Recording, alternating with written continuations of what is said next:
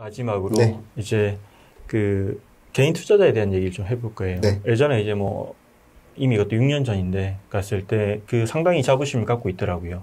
개인 투자자들이 되게 수월하게 참여할 수 있다. 네. 그리고 이제 그 당시에 제가 지금도 기억나요. 그 ARA 이제 인터뷰를 했거든요. ARA 선택 리츠 인터뷰하고 이제 마지막 마치고 이제 귀국하려고 싱가포르 공항으로 지하철 타고 가고 있는데 그 안에서 또 ARA 그 직원, 사원을 만난 거예요. 근데 그 20대 직원이었거든요. 그냥 개인적으로 이런저런 물어봤죠. 너희 리츠 투자하냐고 하니까 한대요. 네, 되게 리츠 투자 어렵지 않냐니까 되게 수월하고 되게 적극적인 투자 유형이더라고요. 그러면서 하는 말이 뭐 자기 할아버지도 하고 주변에 되게 많이 한다는 거예요. 그래서 그냥 어쨌든 좀 리츠에 대한 인식이란 이런 게 좀 많이 보편적으로 많이 퍼져 있고 그렇죠. 그 진입장벽이 낮다는 생각은 많이 들었었어요. 네. 네.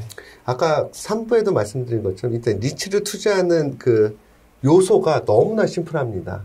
뭐 스폰서가 누구냐, 빌딩이 어디 있냐. 그래서 나한테 저 배당률 얼마 줄래. 특히 싱가포르는 배당세가 제로기 때문에 그 배당률에 나오는 그 금액이 다 제 거거든요. 배당세가 제로기 때문에. 그래서 너무나 심플해서 사실은 투자를 할 때 직접 투자를 많이 하지는 않으세요. 뭐 저희 상장이 돼 있다고.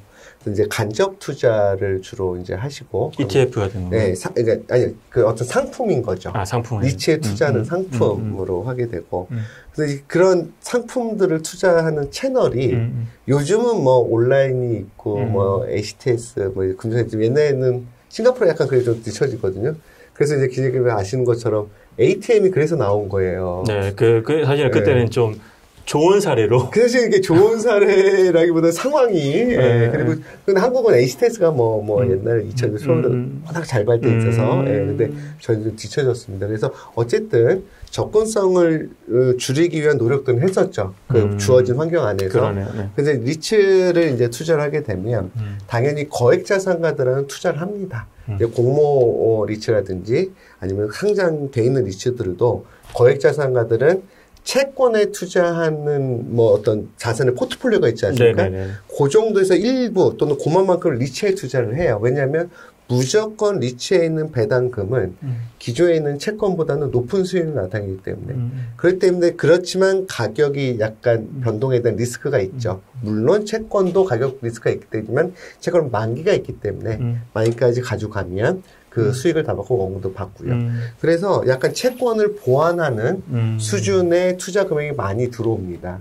근데 이걸 이제 직접 그 거액자산가들이 HTS 매매를 하진 않죠. PB를 통해서 위탁을 주죠. 그러면 이 상품을 그냥 리츠를 살 수도 있는데 예를 들어서 저희가 레버리지 상품도 있어요. 보통 이제 레버리지 상품이라고 하면 뭐 파생 상품, 그렇죠. 뭐 이렇게 가격이 2배. 근데 여기에 레버리지 상품은 배당금을 2배를 받자입니다. 가격을 2배로 가는 게 아닙니다. 배당률을 더 높고 할 거예요. 왜냐면 가격이 안정적이기 때문에 내가 조금 더 태워도. 그래서 쉽게 얘기해서 제가 10억을 투자하면 은행에서 10억을 그 주식담보대출로 10억을 줍니다.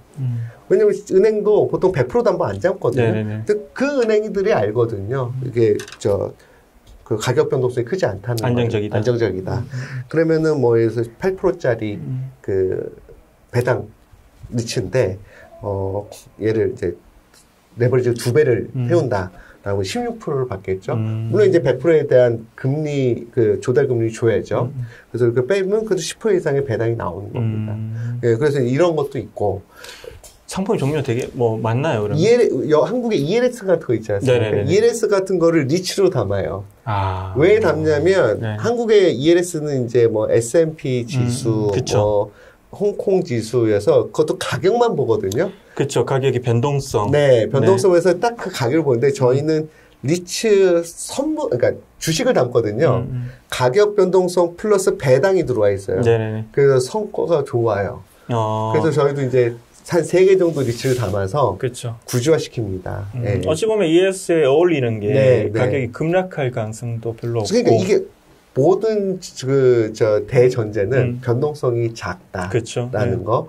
네. 약간의 손실이 나더라도 배당 금액이 좀 커버할 수 있다. 네. 근데 가격만 본다 그러면 가격이 빠지면은 뭐 커버할 길이 없지 않습니까? 그렇죠. 네. 이런 이제 리츠 중심의 상품들이 좀 많이 나오고 있고 단 이런 거는 이제 거액자산가들을 위한 왜냐면 그런 상품들이 한국도 마찬가지로 소액보다는 이제 큰 고익들을 만든다. 그러니까 기준 최소 투자 금액 이런 게 있는 거죠. 좀 크죠. 네. 직접 투자는 어때요? 직접 투자는 이제 사실은 좀 재미있는데 저희 거래소 같은 경우는 개인 투자자 비중이 굉장히 작습니다. 얼마 정도 되죠? 한 10%로 저희는 보고 있어요. 나머지는 어떻게 해요? 한국은 보통 이제 기관, 외국인, 개인 이렇게 저희는 사실 그 구별이 안 돼요. 왜냐면 한국은 계좌를 틀 때 내가 개인이냐 외국인이냐 정보를 기입을 하고 거래소까지 가서 저희는 그냥 옴니버스 계좌라고 해서 그 브로커 뒤에 있는 분들이 누군지 잘 모르거든요. 그래서 저 추정컨대 그래서 내국 외국인 뭐 금융사냐 일반인 이거는 구별이 안 됩니다.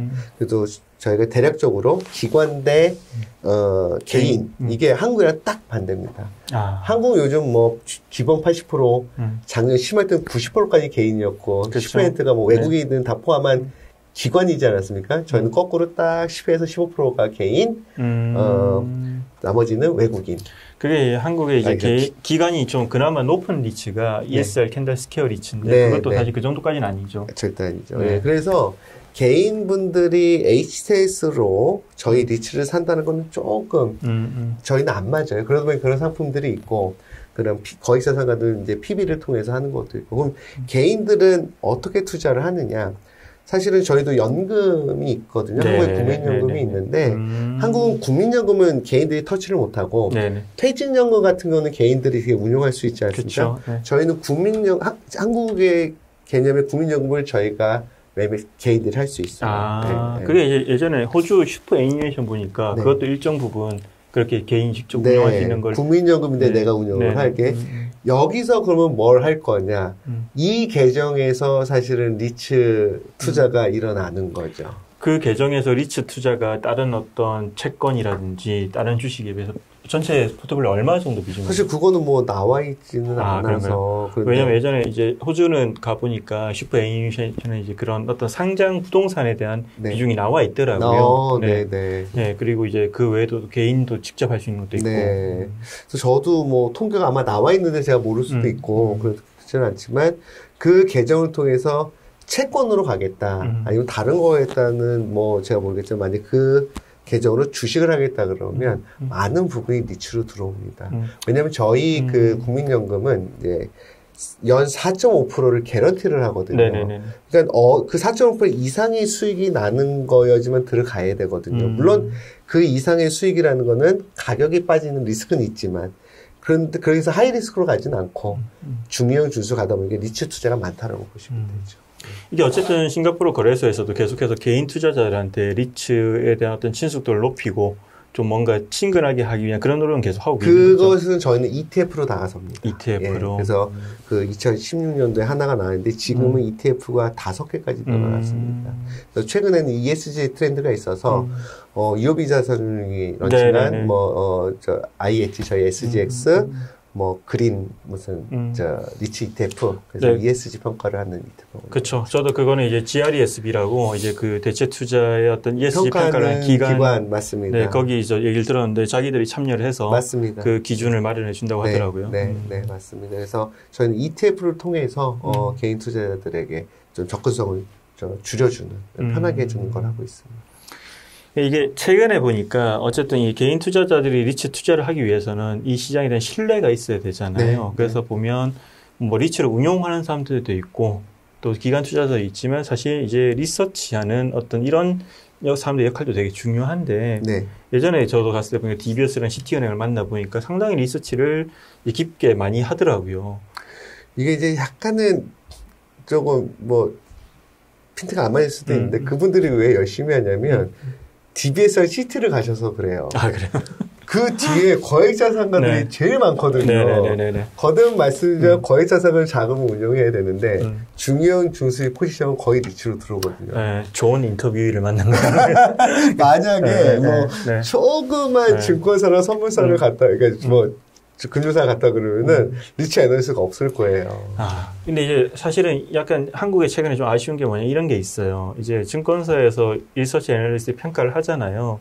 근데 그 평가에 대해서는 이제 당연히 객관적으로 평가를 해야 되니까 좋은 평가도 있고 나쁜 평가도 있을 수 있어요. 그렇죠. 근데 이게 한국 특유의 문화가 이 셀사이드에서 그런 평가를 할 때 안 좋은 평가를 되게 나한테 안 좋게 평가해 이렇게 받아들여거든요. 그렇죠. 그게 참 힘들어요. 근데 이게 사실은 그거는 그 사람의 역할인 거잖아요. 그렇죠. 그렇게 얘기하는 것 자체가 그 사람의 역할을 존중하지 않는 거기 때문에 그렇죠. 어떤가 싱가포르는 이제 그런 거에 대한 논란은 없나요? 저희는 당연히 없고요. 냉정합니다. 저도 그래서 DBS의 그 리서치를 뭐 기회 될 때마다 보고 하는데 정말 그 딱 세 가지지 않습니까? 바이, 홀드, 셀. 근데 DBS는 리치 쪽에서는 이걸 신호등처럼 해놔요. 그러니까 한국은 올라가는 게 빨간색이고 내려가는 게 파란색인데 그렇죠. 이게 글로벌 스탠다드하고 좀 반대지 않습니까? 이제 해외에는 이제 올라가는 게 파란색 또는 초록색, 내려가는 게 빨간색, 옆으로 가는 게 노란색, 주황색인데 얘네들 정말 냉정하게 이 신호등 색깔을 씁니다. 아 그래요? 그래서 예를 들어서 섹터로 간다. 그럼 호텔 안 좋다. 그 작년 재들 다 빨갛습니다. 내년 전만 다 빨갛고. 사실은 이제 저희는 이제 리서치 리포트에 사실상 이제 매도 이제 시그널을 안 주죠. 그렇죠. 안 주고 그냥 이제 힌트 같은 그렇죠. 거를 줄 수가 있으니까. 뉘앙스. 뭐 뉘앙스. 그렇죠. 한 달 전에 쓴 보고서랑 비교해 보면 유심히 보면 발견할 수 있는 그 정도인데 사실 이제 좀 그런 것들을 이제 정말로 리츠 업계에 있는 분들이 리츠 운용하는 AMC들도 정말로 이 자기만 보는 게 아니라 이 리츠 시장 성장을 바란다면 그런 서드 파티의 어떤 객관적인 평가를 존중해 줄 필요는 분명히 있는 것 같아요. 그렇습니다. 예. 그래서 저희는 뭐 어쨌든 그런 분들이 눈치를 아예 안 본다고는 제가 애널리스트 안에서 모르겠습니다만 페이퍼 나오는 거를 보면 그 신호등 색깔을 보면 굉장히 냉정하게 신호등 색깔을 그려놓고 있습니다. 예. 네. 사실 이제 저희가 1시간 동안 한 4분 정도 나눠서 얘기를 해봤는데 그동안 상문이랑도 얘기를 많이 나눴고 저희도 싱가포르 리츠에 대한 기사를 많이 썼기 때문에 많이 알고 있다고 생각을 했는데 오늘 얘기 들어보니까 또 이제 모르는 히스토리랑 어떤 그런 백그라운드가 있고 또 그런 내용들이 지금 향후에 한국에서도 준용할 수 있는 사례도 있는 것 같아서 되게 좀 의미 있는 시간이었고요. 이제 5월인데 6월 달에 싱가포르 가니까 거기서도 한번 시도를 한번 해보겠습니다. 좋습니다. 오늘 고생 많으셨고 출장 잘 마치시고 잘 귀국하길 바랍니다. 고맙습니다. 네, 감사합니다.